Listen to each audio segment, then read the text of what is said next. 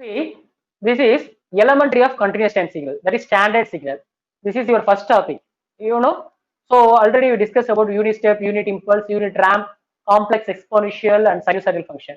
Now once again I will review about this topic.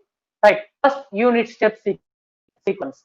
That is unit step function or unit step sequence. Both are same only.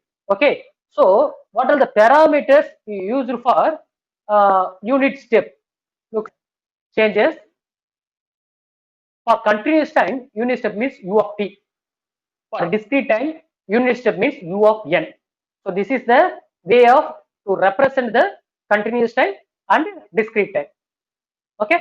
Next, definition. Look at the definition.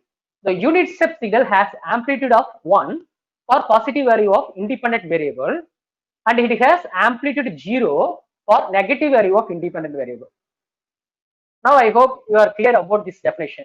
Okay, because look at this diagram. Look at this diagram. The unit step signal has amplitude of 1. See, this is a level is amplitude 1. Okay, so for positive value of independent variable. So positive value of independent variable means, so it starts from 0 to infinite. So it maintain the amplitude level is 1. And has amplitude is 0. Yeah, left hand side. This portion is 0. For negative value of independent variable, it means minus infinite to 0. It have the 0. So this is a condition for unit step signals. Similarly, for discrete time, continuous time, this is discrete time. But I will put here discrete samples because here are the continuous sample signals. But here I will put discrete samples. Okay, when n equal to 0 to infinite, we can have the samples. So discrete samples. But less than 0, that is independent variable, minus infinite to 0, here it becomes 0. Okay, there is no sample. So this is the difference of unit step for continuous time, unit step for discrete time. Okay, so look at this significance. So discrete time unit step signal is sampled version of the unit step signal, isn't it? So discrete time signal it is nothing but the sampled version of unit step signal. But any discrete time signal, it is obtained from the continuous time signal only. Okay, discrete time தானா வந்தது கிடையாது. ஓகேவா? So எப்படி வந்து discrete time signal வந்தது? It is obtained from your continuous time signal. அதுதான் நம்ம சொல்றோம் by using the sampler concept.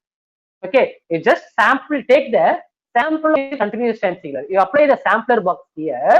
Okay, you can get the discrete samples. Right. Unit step signal is generated when DC supply voltage is applied to the circuit. This is the example for you. Okay, unit step signal is when the signal is to be generated means, suppose if you give DC power supply to your circuit. Okay, so what will happen? Your unit step is generated. Okay, எப்படி unit step generated சொல்றீங்க? Depend upon the switching condition, circuit switch condition. Okay, when it is closed at t equal to 0. Look at this, see this diagram. See this diagram. So now at t equal to 0, the switch will be on. So light will be blinked here. So t equal to 1. Okay, now when t equal to 1, it will be on. When t equal to 2, it will be on. When t equal to 3, it will be on. When switch is closed, so now it becomes 0. When switch is closed in between these two, 0. So here 0. Okay, so between these two samples, there is no signal. That is what some discrete time signal. Okay, now I hope you understand this concept. Next, we move on to next signals. Okay, unit impulse signals. Unit impulse signals. I'll zoom it.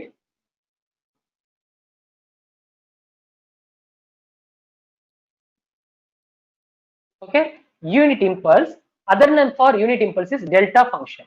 Other name for impulse is delta function. Okay, so parameter, unit impulse signal parameter. For continuous time, you put del of t.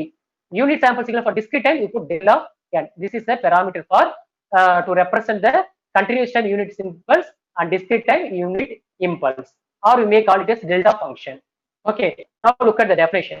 So impulse function has 0 amplitude everywhere except at t equal to 0.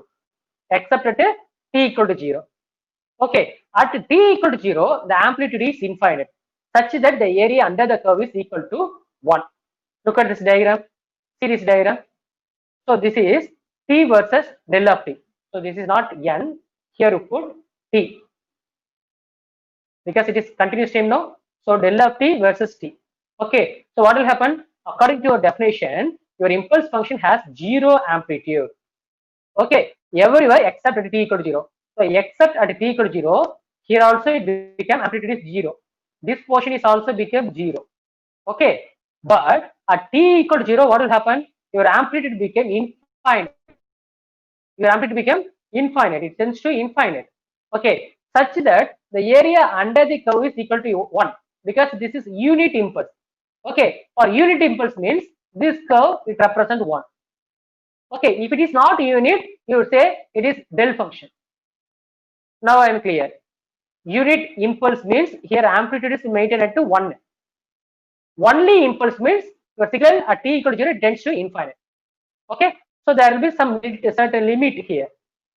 Here also amplitude condition only applicable for discrete time. So n versus del of n. Here also change the correction. Del of n. Okay, so this is a definition for impulse signals. Next thing is definition for impulse. Okay, for continuous time. For continuous time, the impulse signal is a signal with infinite magnitude and zero duration, but with an area of a. So how to represent this condition in mathematical form means, so mathematical form, integration of minus infinite to infinite del of t, which is equal to a, that is your amplitude. Okay, at t equal to 0, it tends to infinite. At t not equal to 0, it tends to 0. This is a condition for your impulse signal for continuous time.